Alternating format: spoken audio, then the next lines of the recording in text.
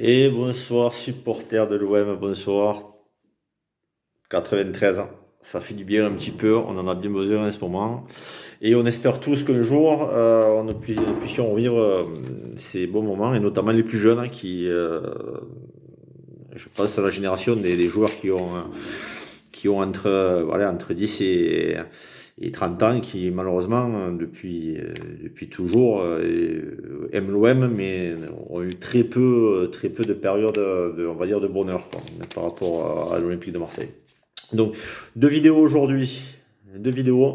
La première où je vais expliquer rapidement pourquoi, à mon avis, il y a une vente pourquoi il y a, comme beaucoup en parlent actuellement, pourquoi une vente n'a jamais été aussi proche. Mais également, aussi proche, mais également, je pense que depuis cet après-midi, je pense qu'elle n'a jamais été aussi proche de capoter également. Et ça, je l'expliquerai lors de la deuxième réunion.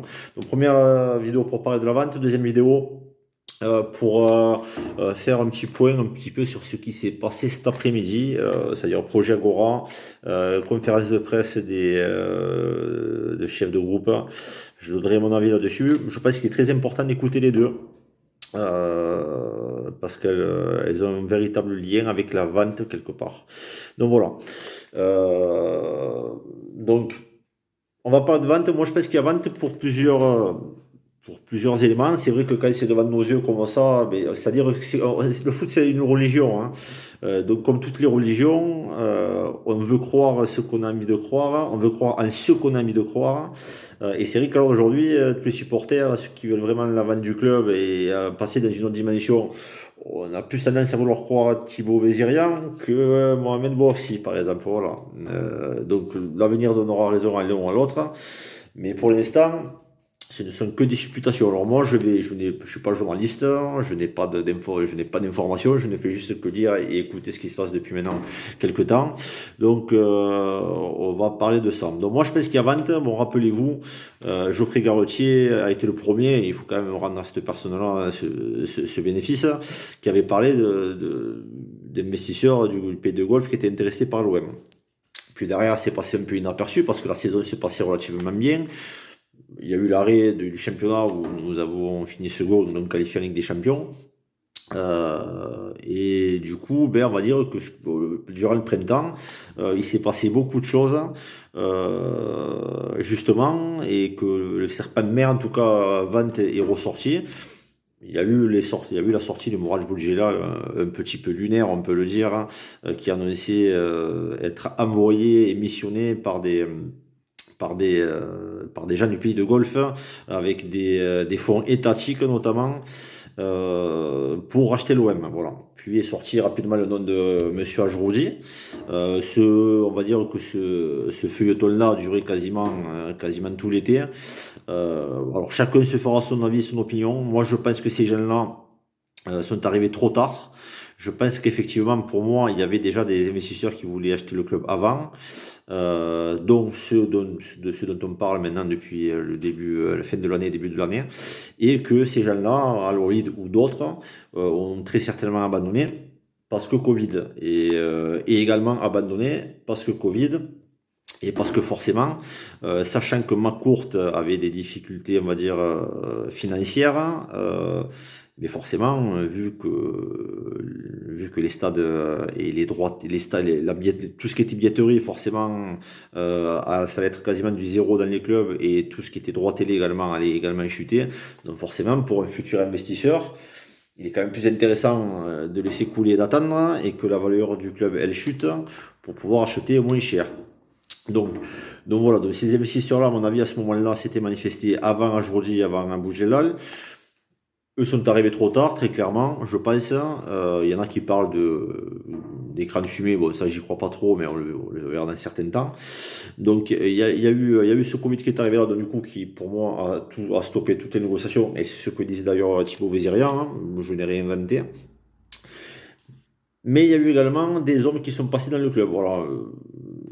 Paul Aldridge est arrivé fin 2019, donc il a été présenté comme quelqu'un qui était là pour l'événementiel et vendre des joueurs sur le marché anglais. Alors on a pu voir que, mis à part Sanson cet hiver, il n'y a pas eu de réel mouvement. Donc ça reste quand même mystérieux que ce personnage soit arrivé là et qu'on n'ait jamais vu très clairement au stade Vélodrome. Donc moi je pense très clairement voilà, qu'il a fait, il était là tout simplement pour faire ce qu'il fait habituellement, à savoir ce qu'il a fait à Manchester City et à West Ham, être placé dans un organigramme pour être un conseiller du président, effectivement, mais surtout voilà, pour mettre en relation un responsable de club, un actionnaire avec un futur acquéreur et travailler là-dessus dans l'ombre tout simplement et y amener jusqu'à la vente. Donc je pense que cet homme-là est passé pour ça. Est arrivé un garçon comme Gary Cook également, juste pendant le printemps.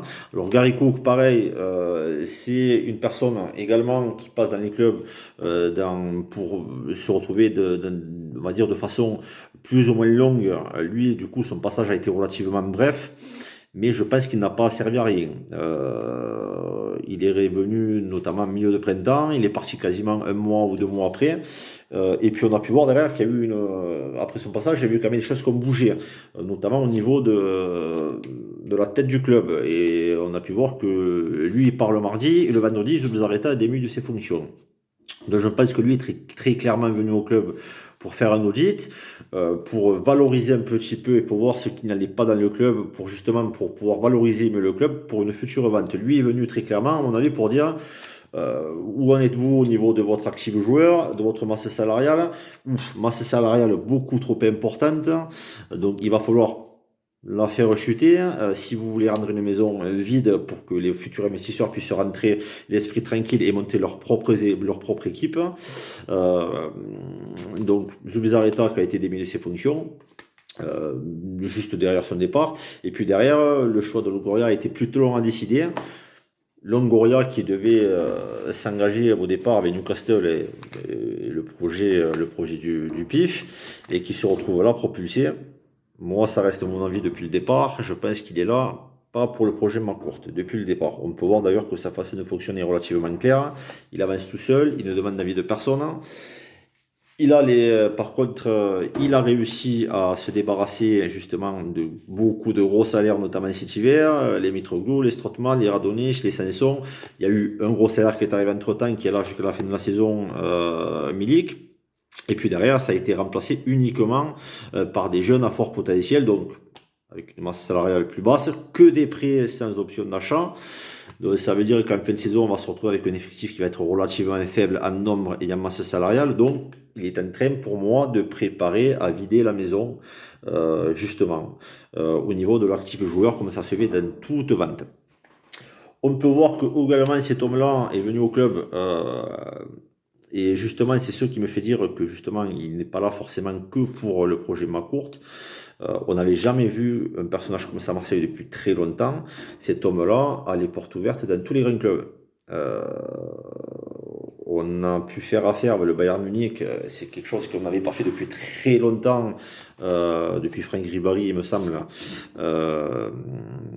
avec cet échange Sarr-Cuisance. On peut faire des affaires avec la Juventus, il y a eu des échanges de deux jeunes, c'est souvent des échanges pour démarrer forcément, mais les portes sont ouvertes avec le Bayern Munich, avec les prêts le prêt de Balerdi, avec le Napoli, avec le prêt de Milik. Donc on peut voir que cet homme-là a les portes ouvertes dans tous les grands clubs, et ça c'est quand même quelque chose de relativement important pour le futur du club.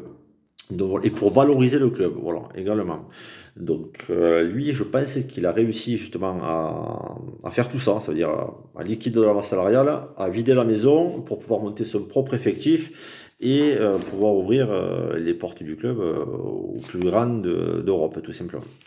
Donc il y a eu tous ces personnages-là qui sont passés dans le club et qui ont fait bouger les choses pour valoriser justement la maison, pour la vider également. On peut voir également qu'il y a au niveau de l'organigramme, il y a beaucoup de choses qui ont changé ces derniers temps. Il y a Kopp qui est parti, puis encore deux personnes de l'organigramme cette semaine. Donc on peut voir que la maison est en train de se vider également au niveau de l'organigramme. Et projet Agora également, voilà, ce projet Agora qui veut, je vais en parler tout à l'heure plus longuement, qui veut tout simplement stipuler, il faut récupérer les abonnements du stade. Garder les coupes, oui, certes, leur donner des aides financières pour continuer à faire vivre le stade, mais par contre, le futur hacker, lui, forcément, va mettre beaucoup d'argent, mais va vouloir récupérer les abonnements, tout simplement parce que, comme tous les grands d'Europe aujourd'hui, ben forcément, ben peut-être qu'aujourd'hui, il va falloir augmenter le prix des abonnements, comme toute prestation qui se doit. Voilà, si demain je vais manger dans une 4 étoiles, ben je vais payer une certaine prestation. Et si je vais manger au McDo, je vais me payer une autre. Ben demain, si je vais voir Valère Germain et Enrico Saccario au stade, ben effectivement, je vais payer une certaine prestation. Mais si demain, ben, je te ramène Sergio Aguero, je donne des exemples au hasard, hein, et Jordi Alba, ben forcément, mais vous comprenez bien qu'il va falloir passer à autre chose et que je puisse faire un petit peu ce que je veux chez moi. Voilà, donc c'est un peu ce qui se passe là actuellement. À savoir, voilà, ben on vide l'effectif, on vide la masse salariale, on vide également, il n'y a pas d'entraîneur jusqu'à aujourd'hui, jusqu'à présent, ou alors ils mettent beaucoup de temps à le choisir. Donc on vide le staff, on vide l'organigramme. Et on reprend la main sur la maison, ça veut dire que je remplis le frigo, c'est moi qui vais chercher les joueurs, c'est moi qui achète, c'est moi qui remplis le caddie. Par contre, je vois pas pourquoi c'est mon petit voisin d'en bas qui viendrait manger dans mon frigo, voilà, parce que tout simplement il vient jouer avec mon fils, quoi. Et qu'il fasse un petit peu ce qu'il veut chez moi. Donc quelque part c'est logique. Donc voilà tout ce qui se passe aujourd'hui au niveau du club en tout cas, qui me fait dire qu'il y a 20 ans qui se prépare. Et puis également, voilà, tout ce qui se passe, bon, on va pas parler de toutes les rumeurs, il y a beaucoup de gens qui parlent, hein, Jean-Charles de Bono, Michel Aliaga, ça commence à parler sur les chaînes nationales, RMC, Canal, enfin, que ça parle en positif ou en négatif, on voit que ça parle beaucoup. Et puis la municipalité qui a ouvert forcément, ben, maintenant, la vente du stade. Et encore aujourd'hui, Monsieur Payan, le maire de Marseille, qui a clairement dit que le stade appartiendrait aux propriétaires de l'OM quand les choses se seront aplanies, en sachant que très clairement, Samia Gali l'a dit très clairement il y a très peu de temps, Jacques-Henri Hérault et Gouvrard et Franck Macour notamment ne feront pas d'affaires à Marseille, c'est fini pour eux, quoi. Je pense qu'ils se sont grillés, donc ça veut clairement dire ce que ça veut dire. Ça veut dire qu'il se passe des choses, forcément. Donc, il y a eu toutes ces, il y a eu toutes ces annonces-là qui ont été faites, qui pour moi, ben, si on prend bien le puzzle, hein, si on était supporter de notre club aujourd'hui, euh, de Guingamp ou Lyon ou Nice ou quoi, si on voyait tout ce qui se passe aujourd'hui, tout le puzzle-là, ben on se dirait très clairement, mais oui, le club est en train de se vendre forcément. Alors, est-ce que ça ira au bout ou pas? Plusieurs éléments peuvent faire en sorte que ça capote aussi, à moins que ce soit déjà en négociation exclusive, comme le disait Vizirian et d'autres. Et là, forcément, eh bien, peut-être que la sortie aujourd'hui les jours de la sortie des supporters et d'un supporter notamment aujourd'hui peut-être s'explique. Il y a une phrase qui a été laissée aujourd'hui qui veut dire beaucoup de choses. Ils veulent vendre le stade sans ses supporters. Je pense que ça ne veut pas. Je pense que ça veut bien dire ce que ça veut dire. Je pense pas que le futur investisseur ne veuille pas des supporters. Je pense pas que ce soit le cas. Par contre, oui, il y a certaines choses qui vont certainement changer. Moi, je pense bien, si ça doit être le cas. Voilà, voilà, aujourd'hui, je pense que très clairement, on n'a peut-être plus envie d'aller au stade uniquement pour que le spectacle s'arrête à la 3e minute après les tifos, mais qu'il continue pendant 90 minutes. Je pense qu'on est beaucoup à penser ça. Donc voilà, donc beaucoup d'éléments, moi en tout cas, et beaucoup de personnes passées au club et beaucoup de choses qui me font dire que moi je pense que ça sent plutôt bon en tout cas, qu'il y a des vraies choses qui se passent. Voilà. Donc je vous donne rendez-vous tout de suite pour la seconde vidéo où je pense que beaucoup de choses vont être dites aussi. N'hésitez pas à commenter, à liker, à partager. C'est cool, on parle de notre club de façon très passionnée. Voilà, moi je suis pas journaliste, je suis rien, je suis comme vous, je fais que regarder et lire regarder ce qui se dit. Je fais que lire et tout écouter, et essayer de mettre toutes les pièces du puzzle et me dire ben oui, forcément, on n'est pas loin. Maintenant, encore faut-il que ça aille au bout. Rendez-vous tout de suite et je pense qu'on va comprendre beaucoup de choses. N'hésitez pas. À tout de suite et à bientôt.